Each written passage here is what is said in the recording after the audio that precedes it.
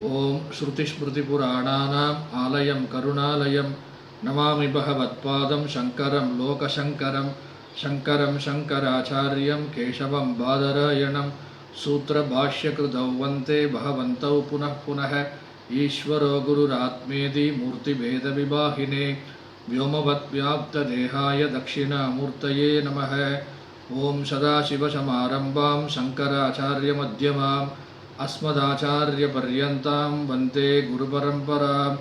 ॐ या देवी स्तूयते नित्यं विबुधैर्वेदपारकैः सा मे वसतु जिह्वाह्रे ब्रह्मरूपा सरस्वती। निधये सर्वविद्यानां विषजे भवरोगिणां गुरवे सर्वलोकानां दक्षिणामूर्तये नमः। கைவல்ய நவநீதம் தத்துவ விளக்கப்படலம். தத்துவ விளக்கப்படலத்தில் 82வது பாடலை படிப்போம். கைவல்ய நவநீதம் 82வது பாடல். தடை எவையெனில் அஞ்ஞான சந்தேக விபரீதங்கள் படர் செய்யும் இந்த மூன்றும் பல ஜன்ம பழக்கத்தாலே உடன் உடன் வரும் வந்தக்கால் உயர் ஞானம் கெடும் இவற்றை திடமுடன் கெடுப்பாய் கேட்டல் சிந்தித்தல் தெளிதலாலே வாசிங்க. அத்தடைகள் எவை என்றால் அவை அஞ்ஞானம், சந்தேகம், விபரீதம் என்பனவாம்.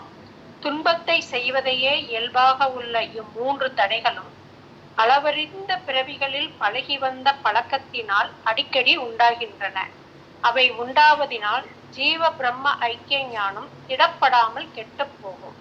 அதனால் அஞ்ஞானத்தை சிரவணத்தாலும் சந்தேகத்தை மனனத்தினாலும் விபரீதத்தை நிதித்தியாசத்தினாலும் உறுதியோடு முயற்சி செய்து கெடுப்பாயாக.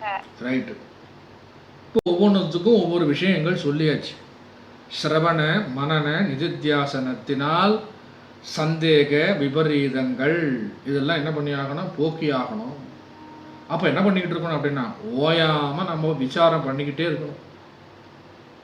அதுதான் இந்த 82வது பாடல்.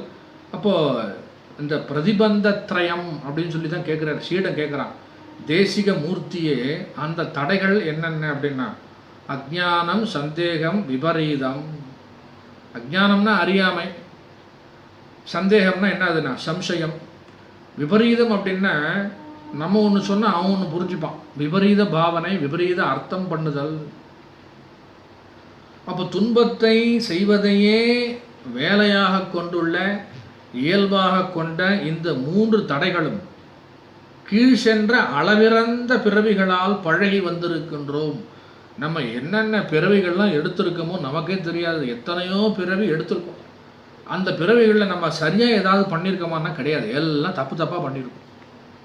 அப்போ அந்த பிறவியில் தப்பாக பண்ணதெல்லாம் இந்த பிறவியில் உடனே போயிடுமா அப்படின்னா தினந்தோறும் நம்ம என்ன பண்ணிக்கிட்டு இருக்கணும்? பழைய தப்பெல்லாம் சரி பண்ணிக்கிட்டே இருக்கணும். அப்போ அளவிறந்த பல பிறவிகளில் பழகி வந்த தவறான பழக்கத்தினாலே இந்த பிரதிபந்தங்களும் தடைகளும் என்னாகுது? அடிக்கடி உண்டாகின்றன. அப்படி உண்டானால் நமக்கு என்ன நஷ்டம்? இந்த கேள்விக்குள்ளவே பதில் இருக்கு. அப்படி உண்டான நமக்கு என்ன? அது உண்டாயிட்டு போட்டுமே. அப்படி உண்டாவதனால் ஜீவ பிரம்ம ஐக்கிய ஞானம் மோட்சத்திற்கு ஹேதுவாக இல்லாமல் கெட்டு போகும். ஜீவ பிரம்ம ஐக்கிய ஞானம் வராது. ஆதலின் இவற்றை அவசியம் என்ன பண்ணணும் அப்படின்னா கெடுத்தல் வேண்டும். எவைகளை கெடுக்க வேண்டும்? அஜ்ஞானம், அப்புறம் வந்து சந்தேகம், பிறகு வந்து என்ன விபரீதம், இவைகளை கெடுக்க வேண்டும். அப்படி சரி, அப்போ இவற்றை எதனால் கெடுக்க வேண்டும்? அதுக்கு விடை சொல்றாரு. எதனால் கெடுக்க வேண்டும், எதனால் அழிக்க வேண்டும் அப்படின்னு சொல்லும் பொழுது அஞ்ஞானத்தை சிரவணத்தினாலும் சந்தேகத்தை மனனத்தினாலும் நிதித்தியாசனத்தினாலும் விபரீதத்தை நிதித்தியாசனத்தினாலும் பிரயத்தனபூர்வமாக கெடுப்பாயாக. இப்போ ஒவ்வொன்றுத்துக்கும் ஒரு லிங்க் இருக்கு. அதுதான் இந்த 82வது பாடல். தடை எவையெனில் அஞ்ஞான சந்தேக விபரீதங்கள் படர் செய்யும் இந்த மூன்றும் பல ஜன்ம பழக்கத்தாலே உடனுடன் வரும் வந்தக்கால் உயர்ஞானம் கெடும் இவற்றை திடமுடன் கெடுப்பாய் கேட்டல் சிந்தித்தல் தெளிதலாலே. இதுக்கு தமிழ் மீனிங் பார்ப்போம். இந்த பாடலுக்கு தமிழ் சாதாரண தமிழ் மீனிங். இந்த அபரோக்ஷ ஞானத்திற்கு தடை என்னென்ன அப்படின்னா, தடைகள் யாவை என்று நீ கேட்டாயானால் அறியாமை, அஜ்ஞானம், தட் இஸ் கால்டு இக்னரன்ஸ். அப்போ அறியாமைன்னு சொல்லும் பொழுது நமக்கு என்ன இருக்குது அப்படின்னா, ஆவரணம் இருக்குது, விக்ஷேபம் இருக்குது. ஆவரணத்தை பற்றி விக்ஷேபத்தை பற்றி நிறைய பார்த்துருக்கோம். அப்புறம் சந்தேகம் இருக்குது, பிரதிபந்தங்கள் எவையெனில் இந்த அபரோக்ஷ ஞானம் வந்தாலும் இந்த மூன்றும் வருவதற்கு காரணங்கள் என்ன அப்படின்னா, படர் செய்யும் இந்த மூன்றும் பல ஜன்ம பழக்கத்தாலே, துன்பத்தை மட்டுமே கொடுக்கக்கூடிய இந்த மூன்றும் முந்தைய பல பிறவிகளில் ஏற்பட்ட பதிவுகளால், பூர்வ ஜன்ம பழக்கத்தாலே, பூர்வ ஜன்ம வாசனையினாலே. இப்போ பல ஜன்மங்களில் நம்ம என்ன பண்ணியிருக்கோம் அப்படின்னா, அனாத்ம விஷயங்களையே சிந்தித்து கொண்டிருந்திருக்கின்றோம். சரீர வதிரிக்தமானது ஆத்மா என்று நம்ம என்ன பண்ணதில்லை, நினைக்கல. சரீரமே ஆத்மா அப்படின்னு சொல்லி நினச்சிக்கிட்டு வந்திருக்கோம். அதுதான் என்ன பண்ணிக்கிட்டு இருக்கோம் அப்படின்னா, உடனுடன் வரும் அடிக்கடி அதுதான் வந்து நிற்குது. இப்போ இந்த குழந்தைக்கு என்ன பண்ணுவாங்கன்னா, கை சூப்பிக்கிட்டே இருக்கும். கை சூப்பிக்கிட்டே இருந்தால் என்ன பண்ணுறது அப்படின்னா, அதை எடுத்து விட்டுட்டு வேற எதையாவது ஒன்று வச்சிடுறது. இந்த நிப்புள் மாதிரி ஒன்று இருக்கும், அதை தூக்கி வாயில் வச்சுடுவாங்க. அது அப்படியே இப்போ பாரு வாயில் வச்சுக்கிட்டு இருக்கும். ஒரு கெட்ட பழக்கத்தை போக்குறதுக்கு இன்னொரு கெட்ட பழக்கத்தை என்ன பண்ணுறது, உண்டு பண்ணுறது. அதை முற்றிலுமாக நீக்குவதற்கு என்ன பண்ணணும் அப்படின்னா, அது வைக்கவே கூடாது. அப்போது என்ன வரும் அப்படின்னா, இப்படி ஏற்கனவே தவறான பழக்க வழக்கங்கள், தவறான புரிதல், misunderstanding or wrong understanding, misleading or wrong leading, அதுதான் என்ன வரும், உடனுடன் வரும். வந்தக்கால் உயர்ஞானம் கெடும் அப்படிங்கிறார். இப்போ வந்து நம்ம உயர்ந்த ஞானத்தை அடைஞ்ச பிறகு அது என்ன பண்ணிடும், வீணாக போயிடும். அந்த அடிக்கடி உண்டாகின்ற அந்த தடைகளால் அப்படி வந்தால் உயர்ஞானம்னா என்ன அப்படின்னா, அத்வைத ஞானம் மறந்து போகும்.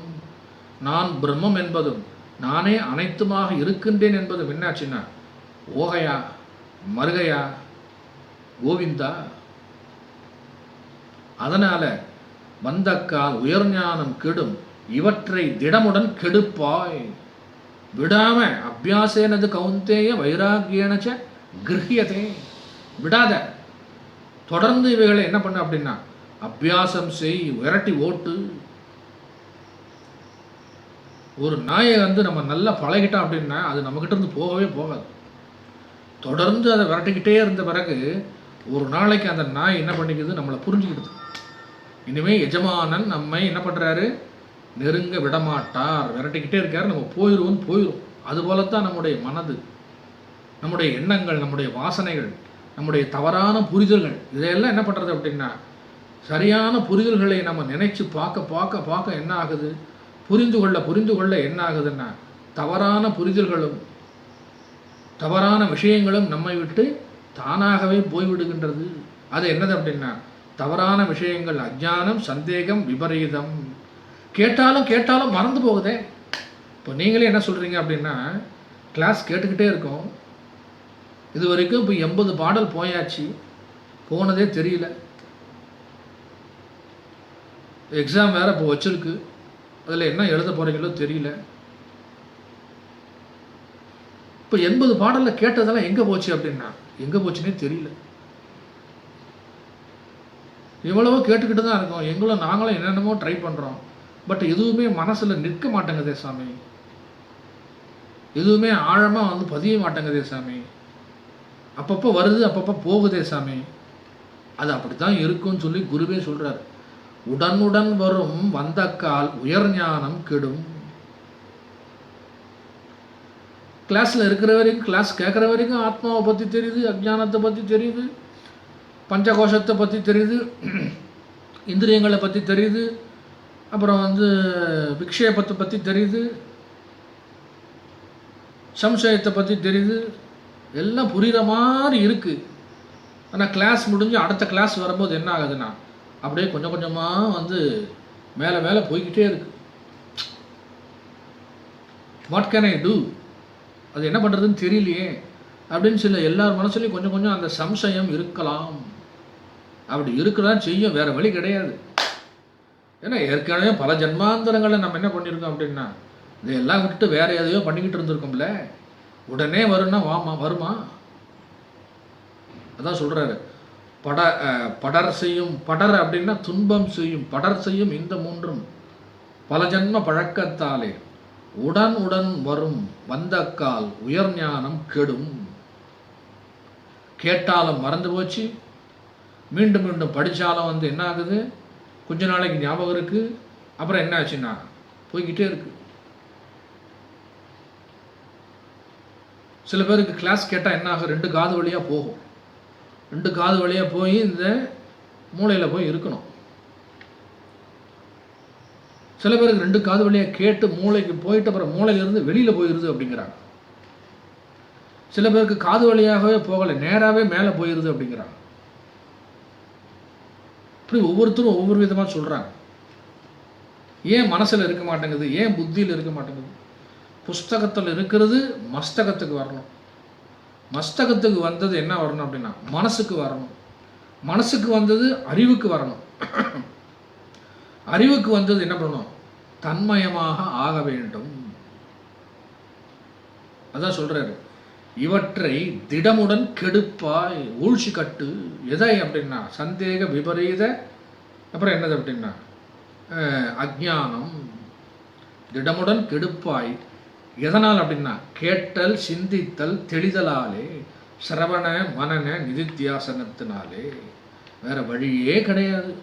கேட்டுக்கிட்டே இருக்கணும், ஆராய்ச்சி பண்ணிக்கிட்டே இருக்கணும், தியானம் பண்ணிக்கிட்டே இருக்கணும். அப்படி இருந்தால் தான் என்ன பண்ண முடியும் அப்படின்னா நிஷ்டை கைகூடும். கேட்டல் சிந்தித்தல் தெளிதல் சிரவணம் மனனம் நிதித்தியாசனம் இதனை உறுதியுடன் கடைபிடித்து இந்த அறியாமை சந்தேகம் விபரீதம் அழித்து விடுவாய். தீர்க்ககால நைரந்திரிய. தீர்க்ககால நைரேந்திரிய அப்படின்னா எத்தனையோ பிறவிகள் இந்த பயிற்சி பண்ணித்தான் ஆகணும், வேற வழி கிடையாது. வைராகிய அபியாசேனது கௌந்தேய வைராகியனச்ச கிருஹ்யதே. மன உறுதியினாலும் திட வைராகியத்தினாலும் இந்த அறியாமையையும் சந்தேகத்தையும் விபரீத பாவனையும் அழித்து விடு. இதுக்கு ஒரு ஸ்டோரி சொல்றாங்க. மன உறுதிக்கும் தொடர்ந்த முயற்சிக்கும் ஒரு கதை இருக்கா. ஒரு சிட்டுக்குருவி இருந்தது. சிட்டுக்குருவி மரத்தில் கூடு கட்டி இருந்தது. புயல் காற்று அடிச்சது. புயல் காற்று அடித்து அந்த கூட்டில் இருந்த முட்டை என்னாச்சு, கடலில் விழுந்துருச்சு. உடனே இந்த சிட்டுக்குருவி என்ன பண்ணிச்சான், தன்னுடைய மூக்கு அழகினால் கொஞ்சம் கொஞ்சமாக இந்த கடல் தண்ணியை வற்றச் செய்வேன் என்று மூக்கில் என்ன பண்ணிச்சான், அந்த அழகில் கடல் தண்ணியை எடுத்து எடுத்து கரையில் கொண்டு கொண்டுமா விட்டுக்கிட்டு இருந்துதான். நாரதர் அந்த பக்கம் வந்தாராம். சிட்டுக்குருவியை பார்த்து கேட்டாரா, நீ என்ன பண்ணிக்கிட்டு இருக்க அப்படின்னு சொல்லி. சிட்டுக்குருவி சொல்லிச்சான், புயல் காற்றினால் என்னுடைய கூட்டில் இருந்த முட்டை கடலில் விழுந்துருச்சு, அது கடலுக்குள்ளே இருக்குது, இந்த தண்ணியெல்லாம் வடிக்க போகிறேன், வடிச்சுட்டு இந்த முட்டையை நான் எடுக்க போகிறேன், அதனால் என்னுடைய அழகினால் கடல் நீரை நான் கொஞ்சம் கொஞ்சமாக எடுத்து என்ன பண்ணிக்கிட்டு இருக்கேன், வெளியே விட்டு கொண்டிருக்கின்றேன்னு சொல்லிச்சான். எவ்வளோ பெரிய முயற்சி, அதனுடைய உறுதி, அதனுடைய நம்பிக்கை எப்படி இருக்கு பாருங்க சிட்டுக்குருவி. உடனே நாரதர் என்ன பண்ணாரா, உன்னுடைய தீராத இந்த முயற்சியை நான் பாராட்டுகின்றேன், நான் உனக்கு ஒரு உதவி பண்ணுறேன்னு சொல்லி கடல் அரசனை கூப்பிட்டு கடலை வற்றச் செய்தாராம். யாரு, நாரதர். இப்போ கடல் வற்றிய பிறகு என்னாச்சு, அந்த முட்டையை கொஞ்சம் சிட்டுக்குருவி எடுத்துக்கிச்சான். இதெல்லாம் புராணத்தில் வருகின்ற கதை. சிட்டுக்குருவியினுடைய கூட்டை புயல் காற்று அடித்து முட்டையை வெளியே எடுக்க சிட்டுக்குருவி கடலை அழகால் வடிகட்டியது போல இருக்கின்ற முயற்சி நமக்கு தேவை. பெரிய மலை இருக்கு, மலையை கட்டி இழுப்போம், வந்தா மலை வரட்டும், போனா நம்ம கட்டிய கயிறு போகட்டும்னு சொல்லி என்ன பண்ணணும்? அவ்வளோ வைராக்கியமாக இருக்க வேண்டும். அதுதான் இந்த பாடலில் சொல்லப்பட்டிருக்கிறது. ஞானத்திற்குண்டான தடைகளும் அவற்றை நீக்கும் உபாயமும். அப்போ இதுக்கு உண்டான விளக்கம் இன்னும் கொஞ்சம் இருக்கு, அதை பார்த்துருவோம். அப்போ யுக்தியினால் வேதாந்த வாக்கியத்தின் தாத்பரியத்தை நிச்சயம் செய்தல் சிரவணம். சிரவணம், மனனம், நிதித்தியாசனம்னா என்னங்கிறத ரொம்ப ஷார்ட்டாக சொல்ல போகிறேன். வெரி வெரி வெரி மினிமைஸாக சொல்ல போகிறேன். ஜாக்கிரதையாக புரிஞ்சுக்கணும். யுக்தியினால், யுக்தி அப்படின்னா லாஜிக்கல் மீனிங், லாஜிக்கல் எக்ஸ்பிளனேஷன். யுக்தியினால் வேதாந்த வாக்கியத்தின் தாத்பரியத்தை, தத்துவமசி, ஆயமாத்மா பிரம்மம், அகம் பிரம்மாஸ்மி அப்படிங்கிற வேதாந்த வாக்கியங்களின் தாத்பரியத்தை என்ன பண்ணணும்? நிச்சயம் செய்தல் சிரவணம். சிரவணம்னா கேட்கறது. அப்போ ஜீவ பிரம்மங்களின் அபேதத்திற்கு சாதகமான யுக்திகளாலும் வேதத்திற்கு பாதகமான யுக்திகளாலும் அத்விதீய பிரம்மத்தை சிந்தனை செய்தல் மனனம். வாட் இஸ் மீன் பை மனனம்? வாட் இஸ் மீன் பை சிந்தித்தல்? ஜீவ பிரம்மங்களின், ஜீவ பிரம்மத்தின் அபேதத்திற்கு சாதகமான யுக்திகளாலும் வேதத்திற்கு பாதகமான யுக்திகளாலும் அத்விதீய பிரம்மத்தை, இரண்டற்ற ஒன்றை, ஏகரசமாக இருக்கின்றதை சிந்தனை செய்தல் என்னது அப்படின்னா மனனம். அப்புறம் மூன்றாவது, நாம ரூப வடிவ அனாத்ம விஷயமான விருத்தி இருக்கு பார்த்தீங்களா, மறைப்பின்றி பிரம்மாகார விருத்தியின் ஸ்திதியாக இருத்தல் நிதித்தியாசனம். நாம ரூப வடிவ விருத்தி இந்த உலகம் முழுவதும் எப்படி இருக்கு? இப்போ ஏற்கனவே நம்ம 3 விருத்திகளை பார்த்தோம். சாட்சி விருத்தி, பிரம்மாகார விருத்தி, துவைத விருத்தின்றது பார்த்தோம். இந்த துவைத விருத்தி, சாட்சி விருத்தி எல்லாம் தள்ளுபடி பண்ணிட்டு பிரம்மாகார விருத்தியில் இருந்தால் தான் என்ன ஆகுது அப்படின்னா அதுதான் நிர்விகல்ப சமாதி அப்படின்னு சொல்லி படித்தோம். அதையே இந்த இடத்துல என்ன சொல்றாரு அப்படின்னா அனாத்மா, அதாவது நிதித்தியாசனம் என்பது நாம ரூப விருத்திகள் அப்படின்னு சொல்லி சொல்றாரு. அந்த விருத்திகளெல்லாம் மறைப்பில்லாமல் அந்த விருத்திகளை எல்லாம் நீக்கி பிரம்மாகார விருத்தியில் ஸ்திதியாக இருத்தலே என்னது நிதித்தியாசனம். இதனது பரிவாக அவஸ்தையே சமாதி எனப்படும். இதனுடைய உயர்ந்த ஸ்டேட்டஸ் தான் என்னதுன்னா நிர்விகல்ப சமாதி. அதற்கு முன்னாடி இருப்பது சவிகல்ப சமாதி. அப்ப இருக்கின்றது என்னும் விவகாரத்திற்கு ஏதுவான அவித்தை அல்லது அந்த கரணத்தின் பரிணாமம் விருத்தி எனப்படும். இருக்கிறதுன்னு சொல்லி சொன்னாலே என்னது அப்படின்னா அது ஒரு விருத்தி இருக்கு. அந்த விருத்தியே இருக்கக்கூடாது. அந்த விருத்தி இல்லாமல் இருக்கிறது தான் என்னதுன்னா நிர்விகல்ப சமாதி. அது ஏற்கனவே பார்த்தது. இப்போ சிரவணம்னா என்ன, மனனம்னா என்ன, நிதித்தியாசனம்னா என்ன அப்படிங்கிறத பார்த்தாச்சு. அடுத்தது சிரவணத்திற்கு என்னென்ன ஹேத்து, அதனுடைய சொரூபம், அதனுடைய காரியம், அதனுடைய அவதி, அதனுடைய பலம், இப்படி ஒவ்வொன்றுத்துக்கும் பார்க்க போகிறேன். 5 நிமிஷத்தில் முடிச்சிடுவேன். சிரவணத்திற்கு ஹேத்து என்ன அப்படின்னா தீவிர முமுட்சுத்துவம். தீவிர முமுட்சுத்துவம் இருந்தால் தான் என்ன பண்ண முடியும்? சிரவணம் என்கின்ற கேட்டல் என்கின்ற அவா நமக்கு வரும், ஆசை வருகின்றது. அத்வைத ஆத்மஸ்வரூபத்தை கூறுகின்ற வேதாந்த வாக்கியங்களை இடைவிடாது கேட்டல் சிரவணத்தினுடைய சொரூபம் சொல்றேன். ஆத்மாவின் ரென்னும் அப்படின்னு சொல்லி சொல்றாரு. அசத்துவா பாதக ஆவரணம் ஒழிவது காரியம். ஆவரண விக்ஷேபம் 2 சொல்லப்படுகிறது. ஆவரணம் ஒழிவது காரியம். எதனுடைய காரியம் அப்படின்னா சிரவணத்தினுடைய காரியம்.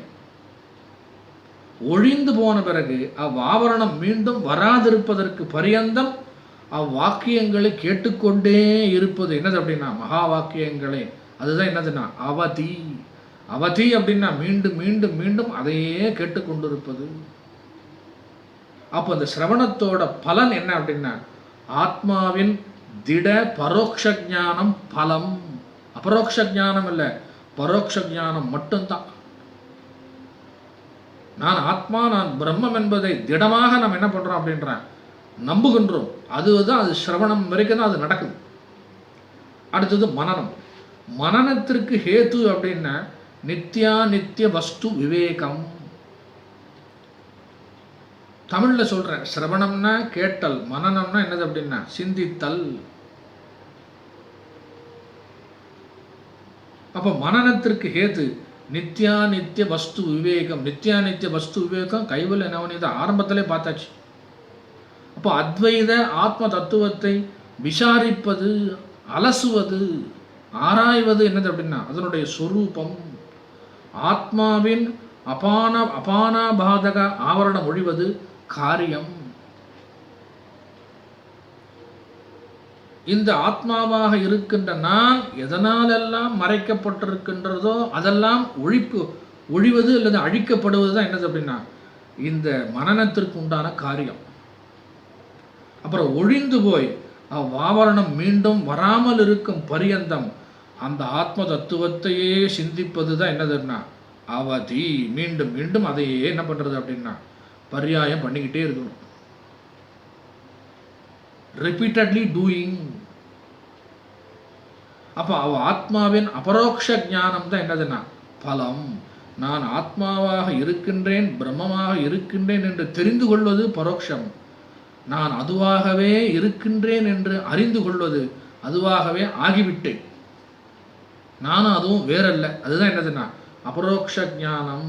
அந்த அபரோக்ஷ ஞானம் தான் எது இந்த மனனத்திற்கு உண்டான பலன். அடுத்தது நிதித்தியாசனத்தை சொல்றார். நிதித்தியாசனத்திற்கு ஹேது சாதன சதுஷ்டயத்துடன் கூடிய அவதி பர்யந்தம் செம்மையாக அனுஷ்டிக்கப்பட்டுள்ள சிரவண மனனங்கள் சிவோகம் என்று இடைவிடாது தியானம் செய்வது. அப்போ நிதித்தியாசனத்திற்கு ஹேது சாதன சதுஷ்டயத்துடன் கூடிய அவதி பர்யந்தம் அனுஷ்டிக்கப்பட்டுள்ள சிரவண மனனங்கள். அவதி பர்யந்தம் அப்படின்னா சிரவணத்திலையும் மனனத்திலையும் பலனை மட்டும் விட்டுட்டு அவதி வரை என்ன பண்ணியிருக்காரு அப்படின்னா சாதன சதுஷ்டயத்தோடு கூடி என்ன பண்ணுறது அப்படின்னா இது செவ்வையாக அனுஷ்டிக்கப்பட்டிருக்கின்றதா, வெரி கேர்ஃபுல்லி கேரிட் ஓவர்.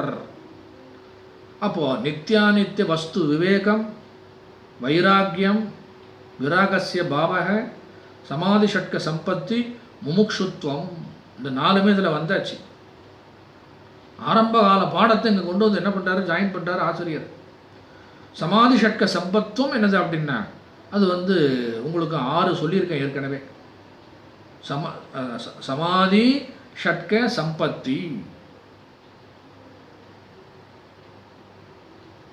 அதில் ஏமம் நேமம் ஆசனம் பிராணாயாமம் பிரத்யாகாரம் தாரணை தியானம் சமாதி வந்துடுது.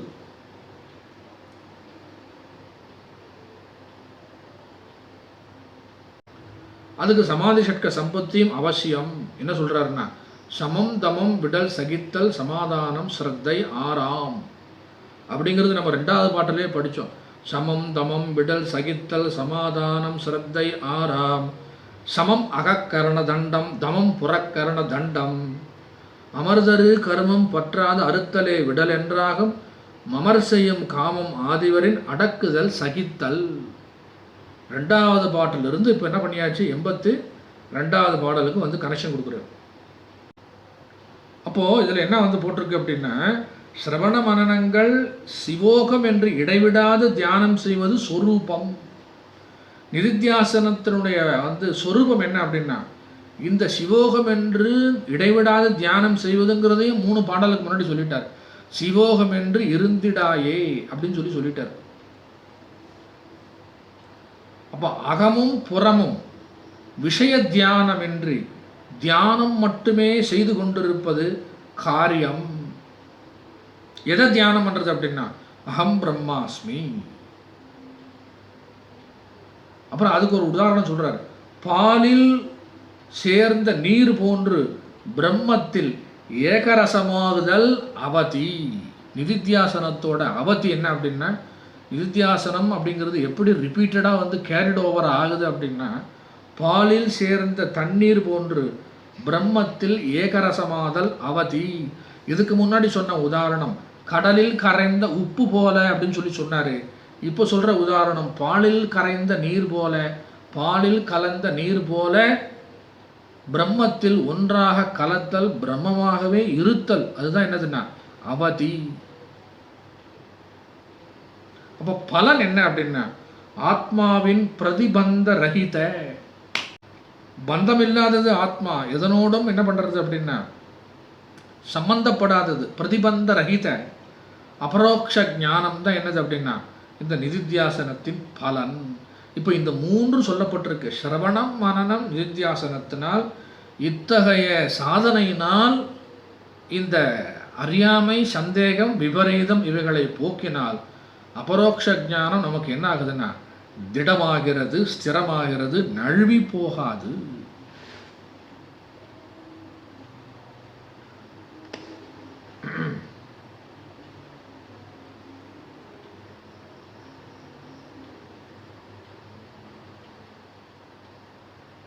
அதனால் இந்த பாடலில் நம்ம வந்து மறுபடியும் படித்து பார்த்தோன்னா ஓரளவுக்கு புரியும். அன்பனே, அஜானத்தை சிரவணத்தினாலும், சந்தேகத்தை மனனத்தினாலும், விபரீதத்தை நிதித்தியாசனத்தினாலும் பிரயத்தனமாக வைராக்கியமாக என்ன பண்ணுற கெடுப்பாயாக. அதுதான் இந்த பாடலுக்கு உண்டான விளக்கம். இந்த பாடலை வந்து மீண்டும் வந்து நான் படிக்கிறேன், படித்த பிறகு விளக்கம் படிச்சிடலாம்.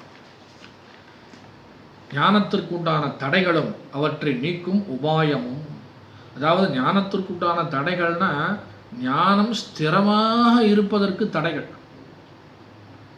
தடை எவையெனில் அஞ்ஞான, சந்தேக, விபரீதங்கள் படர் செய்யும் இந்த மூன்றும் பல ஜன்ம பழக்கத்தாலே உடனுடன் வரும் வந்தக்கால் உயர் ஞானம் கெடும். இவற்றை திடமுடன் கெடுப்பாய் கேட்டல், சிந்தித்தல், தெளிதலாலே. அதுதான் பாடல். பாடலுக்கு விளக்கம் படிங்க.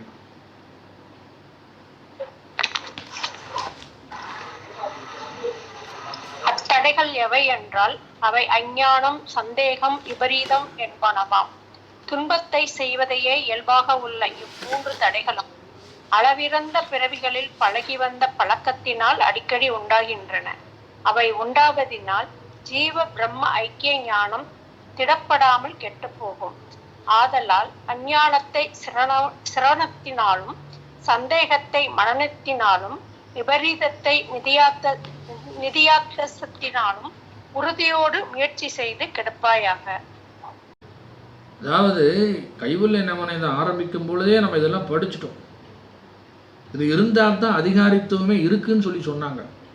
அந்த அதிகாரித்துவம் வந்தால் தான் இதுக்குள்ள நுழையவே முடியும் அப்படின்னு சொல்லி சொல்லப்பட்டது.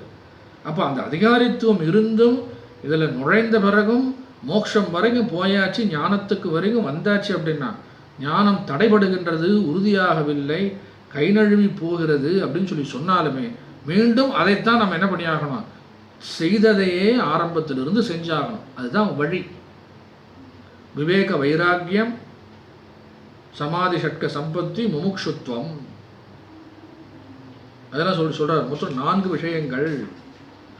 நித்யானித்ய வஸ்து விவேகம், வைராக்கியம், சமாதி ஷட்க சம்பத்தி, முமுக்ஷுத்வம். அது எல்லாமே இந்த பாடலில் வந்துச்சு. நித்யானித்ய வஸ்து விவேகம், வைராக்கியத்தை பற்றியும் அதில் சொல்லியாச்சு. வைராக்கியம்னா கடைசி வரை என்ன பண்ணி ஆகணும், ட்ரை பண்ணிக்கிட்டே இருக்கணும். அப்போ தான் ஞானம் என்ன பண்ணுறது அப்படின்னா உறுதிப்படுகிறது. ரிப்பீட்டட்லி என்ன பண்ணுறாரு அப்படின்னா அப்படியே கனெக்ஷன் வந்துக்கிட்டே இருக்கும். இதெல்லாம் ஏற்கனவே உள்ளதாக தான் நம்ம என்ன பண்ணி ஆகணும், கனெக்ட் பண்ணி பார்க்கணும். அதனால் இதோட முடிச்சுருவோம். ஐயனே எனது உள்ளே நின்று அனந்த ஜென்மங்கள் ஆண்ட மெய்யனே உபதேசிக்க வெளிவந்த குருவே போற்றி, உய்யவே முக்தி நல்கும் உதவிக்கோர் உதவினாயேன், செய்யுமாறு ஒன்றும் காணேன் திருவடி போற்றி போற்றி. மூர்த்தியெல்லாம் வாழி எங்கள் மோன குரு வாழி, அருள் வார்த்தை என்றும் வாழி அன்பர் வாழி பராபரமே. ஓம் சாந்தி சாந்தி சாந்தி. ஹரி ஓம்.